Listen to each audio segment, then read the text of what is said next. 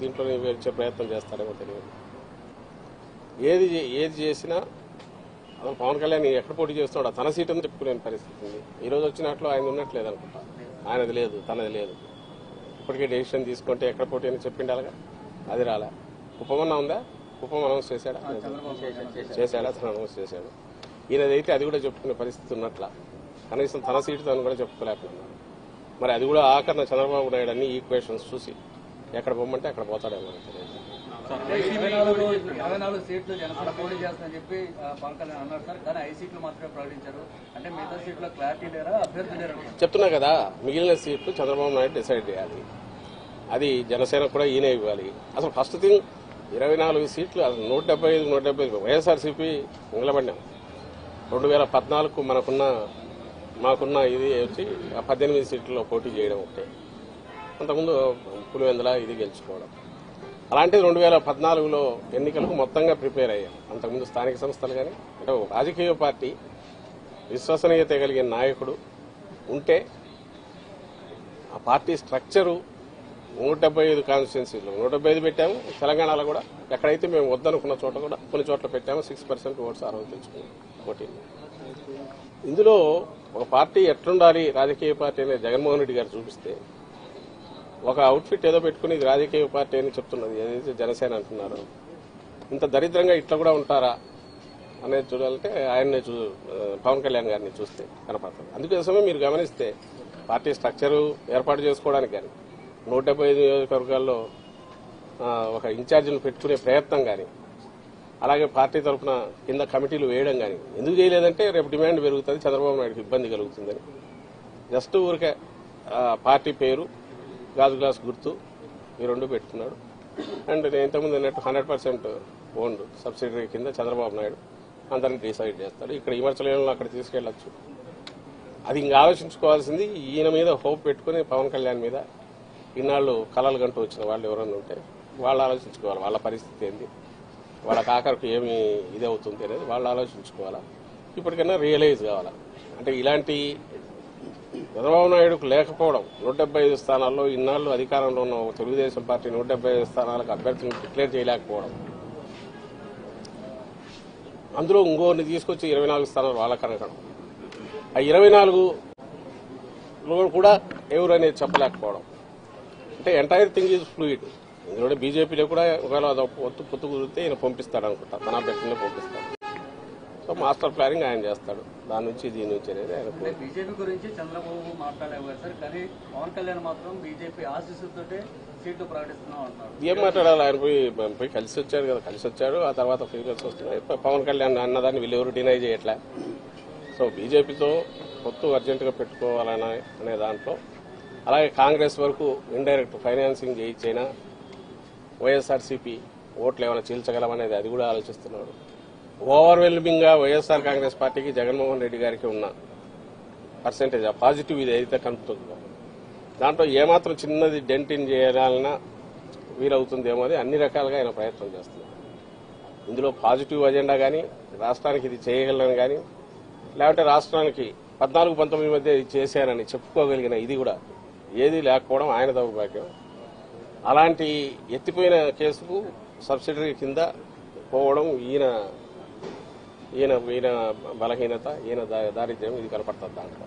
YCP సిద్ధం అంటుంది, యుద్ధం చేస్తామని పీకే అన్నారు. మీరు రెడీగా ఉన్నారు? దేని మీద చేస్తారు? 24 మందిని పెట్టి ఆయన పెట్టుకుని 24 మంది కూడా ఎవరు అభ్యర్థులు తెలియకుండా, అది కూడా ఆయన ఇంటికి వెళ్లి చంద్రబాబు ఇంటికి వెళ్లి ఆయన అనౌన్స్ చేసి ఈయన ఎవరి మీద యుద్ధం చేస్తాడు? గాల్లో తిప్పుకోవాల్సిందే, తిప్పడం తప్ప. మేమైతే చెప్తున్నాం, ఎంతమంది వచ్చినా మేమైతే సిద్ధం అంటున్నాం. దేనికి? ఎన్నికలకు రెడీ. నువ్వు ఆయన యుద్ధం అనడానికి నువ్వు 175 కాన్స్టిట్యూన్సీ నీ మనుషులు ఎవరన్నా ఉన్నారా? లేక 24 కైనా నువ్వేమన్నా అనౌన్స్ చేయగలిగావా? చిలక పలుకులు పలికితే సరిపోతుందా? ఆయన అనుకున్నవి, చంద్రబాబు అనుకున్నవి నేను చిలక పలుకులు పలుకుతున్నాను తప్ప అంతకుమించి తనకు సొంతం ఏమన్నా ఇది ఉంటాయి కదా. ఆ చిలక పలుకుల ద్వారానే ఇన్నాళ్ళు వాళ్ళు మీడియాలో రాసుకోవడం ద్వారా ఒక నెరేటివ్ ఏదో బిల్డ్ చేసే ప్రయత్నం చేశారు. రాష్ట్రంలో ఏదో ఘోరాలు జరిగిపోతున్నాయి. అయితే ఎందుకు నిలబడవంటే నేను ఇంతకుముందు అన్నట్టు 87-90% మంది బెనిఫిట్ అయ్యారు ఇక్కడ రాష్ట్రంలో. ఏదో ఒక రకంగా కన్సిస్టెంట్గా అవుతున్నారు. వెల్ఫేర్ కావచ్చు, డెవలప్మెంట్ కావచ్చు కళ్ళ ముందు కనపడుతుంది. అది కంటిన్యూ కావాలని అందరూ ఓవర్వెల్మింగ్ కోరుకుంటున్నారు. కాబట్టి వీళ్ళ ఏ ఎత్తుగడలు వేసినా అవి అయితే నిలబడవు. బీజేపీతో పొత్తున ఆల్రెడీ ప్రయత్నాలు చేశారు. ఇప్పుడు ఇద్దరు రెండు పార్టీలుగా అనౌన్స్ చేశారు. అంటే బీజేపీతో పొత్తు లేనట్టని భావిస్తున్నారు. బీజేపీ పొత్తు పెట్టుకోవాలని ఆత్రంగా ఉన్నాము, అయిపోయింది ఆల్మోస్ట్. నిన్న ఏదో చార్టర్డ్ ఫ్లైట్ అన్నారు, మొన్న పోతున్నాం అన్నారు. పవన్ కళ్యాణ్ బయటకు పోయిపోతారు, నెక్స్ట్ చంద్రబాబు పోతాడన్నారు. వాళ్ళు ఎవరు పెట్టుకునేది అదొక పార్టీ. సరే ఇది జనసేన కాదు కానీ చంద్రబాబు నాయుడు ఒక పార్టీ అని ఆయన చెప్పుకుంటున్నాడు కాబట్టి వాళ్ళ నిర్ణయం పెట్టుకుంటారు లేదా. కానీ పెట్టుకునే దానికి వెంపర్లాడుతున్నాడు. అది పెట్టుకుని తద్వారా ఏదన్నా కొంత ఓట్లు గెయిన్ చేసుకోవాలని చూస్తున్నాడు. సకల శక్తులు కూడగట్టుకుని మమ్మల్ని ఢీకొనాలని చూస్తున్నాడు. లాస్ట్ డిచ్ ఎఫర్ట్స్ అంటారు కదా, దింపుడు కళ్ళ మాస, దాంతో ప్రయత్నం చేస్తున్నారు అనే దాంట్లో భాగంగా ఆయన పోయి అమిత్ షాను కలవడము, బీజేపీ వాళ్ళతో లోపాయికారిగా ఈయన ఏజెంట్లు ఉన్నారు కదా అక్కడ టీడీపీలోంచి బీజేపీలో ఉన్న 4-5 నాయకులు, వాళ్ళ ప్రయత్నాలు ఇవన్నీ మీ మీడియాలో మీరే రాస్తున్నారు, బయటకు వస్తున్నాయి. అంటే ప్రయత్నాలు అయితే చేసుకుంటున్నాడు. ఈ లిస్ట్ లో సామాజిక న్యాయం కనిపించింది. అభ్యర్థులుగా పెట్టి రాష్ట్రం మీద కుదురుతుందని చంద్రబాబు. ఏది వైసీపీ రౌడీలను అభ్యర్థులుగా పెట్టి రాష్ట్రం మీద కుదురుతుందని చంద్రబాబు. అది ఏదన్నా అనుకోవచ్చు, ఎవరు అనేది ప్రజలకు తెలుసు. ఆయన కేవలం పడికట్టు మాటలు 4 పెట్టుకునేందుకు మాత్రం ఎవరు ఇది అవుతుంది. ఈరోజు ఇది అంటున్నాడు, రేపు ఇంకొకటి అంటాడు. అసలు రాష్ట్రం నాశనం అయిపోతుంది అంటాడు, ఇంకో శ్రీలంక అయిపోతుంది అంటాడు. ఈయనేమో మరి ఆయన అనౌన్స్ చేసేవేమో మన ఎప్పుడు లెక్కేస్తే 30,000-40,000 కోట్లు అవుతుంది ఒక స్కీమే ఆయన చెప్పినట్టు ఇస్తే. కానీ ఎప్పుడు ఇవ్వడు తెలుసు, అందులో 0.5% ఏమైనా ఇస్తే ఇస్తాడు. గతంలో హిస్టరీ మనం చూస్తే అలాంటిదే ఉంది ఆయన హిస్టరీ అంతా. జనం నమ్ముతారు, జనం గొర్రెల్లాగా నమ్ముతారు. తను 5 ఏళ్ళు అయిపోయింది కాబట్టి మర్చిపోయి ఉంటారని అనుకుంటున్నాడు కాబట్టి ఆయన ఏదైనా మాట్లాడతాడు. మామూలు ఉద్దేశించి కూడా ఎలాంటి మాటలైనా మాట్లాడతాడు. బట్ అల్టిమేట్గా ప్రజలు అనుభవించినారు, ఆ పీరియడ్ అనుభవించినారు. పాజిటివ్ సైడ్ ఈసారి కూడా వాళ్ళ ఎక్స్పీరియన్స్ డిఫరెంట్గా ఉంది. ఫస్ట్ టైం ప్రజలది వైఎస్ఆర్సీపీ పాలనలో. కాబట్టి దే హావ్ ఆల్రెడీ డిసైడెడ్ అని మాకు వస్తున్న దీంట్లో కనపడుతుంది. మా సర్వేలో కానీ మాటలో కానీ ప్రమాణం కనపడుతుంది. We will sweep last time కంటే బెటర్ ఇది ఉంటుంది. 175 టార్గెట్ మాది అట్లే ఉంది. సామాజిక న్యాయం కనిపించిందా? మీ పార్టీ ప్రతిసారి సామాజిక న్యాయం ఉంటుంది, ఇప్పుడు ఇస్తే అదేమైనా కనిపించిందా టీడీపీ పార్టీ? అసలు అది ఆ లిస్టే దానికి ఏదైనా ఒక ఇది లేదు, శాంక్టిటీ లేనప్పుడు దాంట్లో మళ్ళీ దానికోసం వెతకడం అది చూసేది ఇంకా అందులో అనౌన్స్ చేయాల్సి ఉంది. అతను సామాజిక న్యాయం మా వైపు నుంచి అయితే ఒకరితో పోల్చుకోవాల్సిన పరిస్థితులు అయితే లేవు.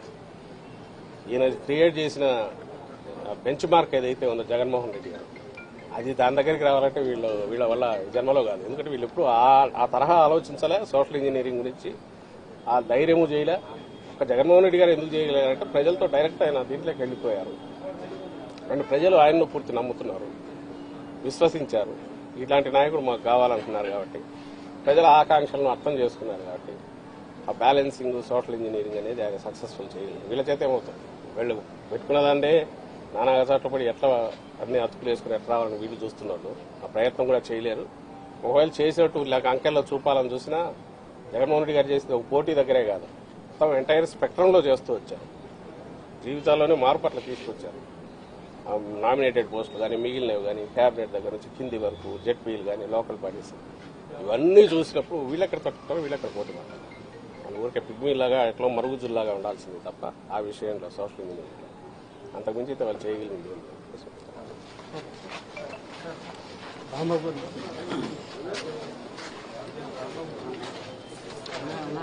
ఉన్నాం